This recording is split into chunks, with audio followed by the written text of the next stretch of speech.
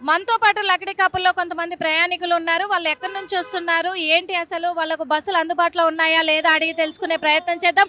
అమ్మ ఎక్కడి నుంచి వస్తున్నారు?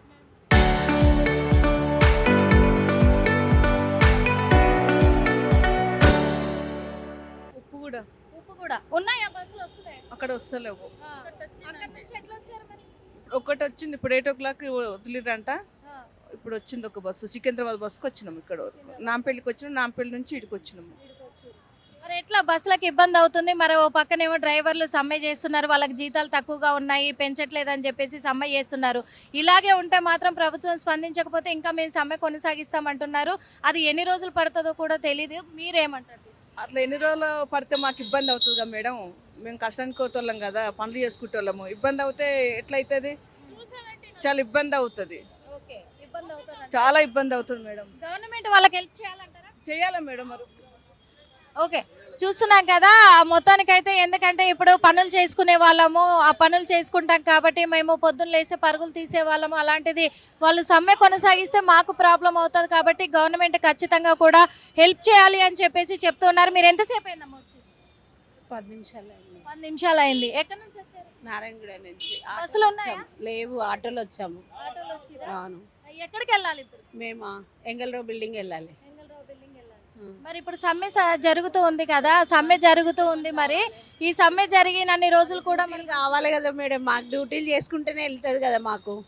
అందుకే మేము డ్యూటీకి ఆటోల గురించి అని 30 రూపాయలు పెట్టుకొని వచ్చాము ఇప్పుడు మేము. మరి ఆటోలు కావాలి కదా మాకు. మాకు డ్యూటీలు ఇంపార్టెంట్ కదా. ఇప్పుడు డ్యూటీ రాకుంటే వాళ్ళు ఎందుకు ఆబ్సెంట్ వేసేస్తారు? మాకు పైసలు కట్ అయినట్టే కదా మాకు. ఇప్పుడు 30 రూపాయలు పెట్టుకొని వచ్చాము. ఇప్పుడు మళ్ళీ ఇక్కడ నుంచి 30 అడుగుతారో 40 అడుగుతారో తెలియదు. ఇప్పుడు స్ట్రైక్ చేసే డ్యూటీల వల్ల కష్టం కదా మాకు. ఇప్పుడు మరి ఆర్టీసీ డ్రైవర్లు సమ్మె విరమించుకోవాలంటారా, ప్రభుత్వం వాళ్ళకి సాయం చేయాలంటారా? ఇక వాళ్ళు ఎట్లా డిసైడ్ చేస్తారు మనకు తెలియదు కదా. వాళ్ళు ఎలా డిసైడ్ చేస్తారో ఎట్లా చేస్తారో మనకు తెలియదు. ప్రజలనైతే పబ్లిక్నైతే గోస పెట్టించుకుంటాడు కదా వాడు సీట్లో కూర్చొని. మరి ఓటు అడగడానికి వస్తాడు కానీ ఇప్పుడు ఇలాంటికి రాడా? పబ్లిక్ను పర్సన్ పెట్టడానికి ఏంది ఇది గోస? పనులు చేసుకొని పొద్దున్న లేస్తే పరుగులు పట్టడానికి వచ్చే వాళ్ళని ఇదేంది గోస పెట్టుకోవడం? మాకేమన్నా గవర్నమెంట్ డ్యూటీలా అటెండెన్స్ పడితేనే అక్కడ సాలరీ వస్తుంది. అటెండెన్స్ పడేది సాలరీ రాదు. మరి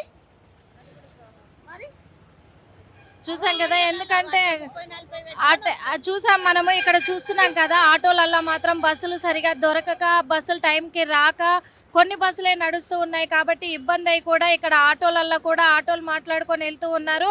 ఎందుకు మీరు బస్సు దొరకలేదా మీకు? దొరకలేదు మేడం, బస్సు దొరకలేదు కాబట్టి ఆటోలకి చాలా డిమాండ్ అయిపోయింది. బస్సులకు ఆటోలు 200, 300 అడుగుతున్నారు మేడం.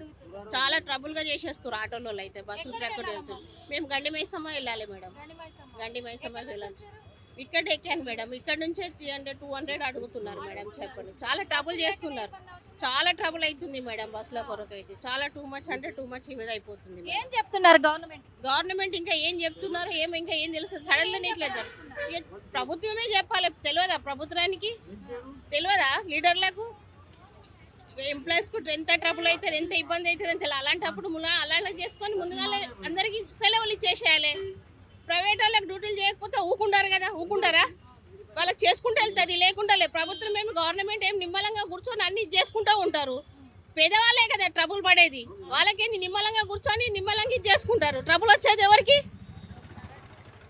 చూసాం కదా. ఎందుకంటే ప్రతి వాళ్ళు కూడా ఇక్కడ ప్రయాణికులు వాళ్ళకు ఇబ్బందులు అవుతున్నాయి డ్యూటీ పరంగా కూడా. ఎందుకంటే ప్రైవేట్ జాబులు చేసుకుంటాం మేము, అలాంటిది మేము టైంకి ఆఫీస్కి వెళ్ళకపోతే మాకు ప్రెజర్ అవుతుంది, మా ఉన్న జాబులు కూడా ఊడిపోతాయి.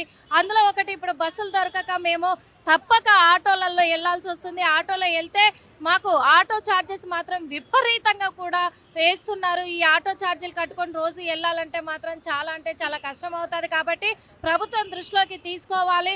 ప్రభుత్వాన్ని మేము గెలిపించుకున్నాం కాబట్టి ప్రభుత్వం ఖచ్చితంగా మా పట్ల ఇటు ఆర్టీసీ కార్మికుల పట్ల కూడా దృష్టి సారించి నిర్ణయం తీసుకోవాలి అని చెప్పేసి ప్రతి ప్రయాణికులు కూడా చెప్తున్న సిచ్యువేషన్ అయితే ఇక్కడ కనిపిస్తూ ఉంది బస్ స్టాప్లలో ప్రస్తుతము. ఆ కెమెరామెన్ మధుతో నిర్మల RTV.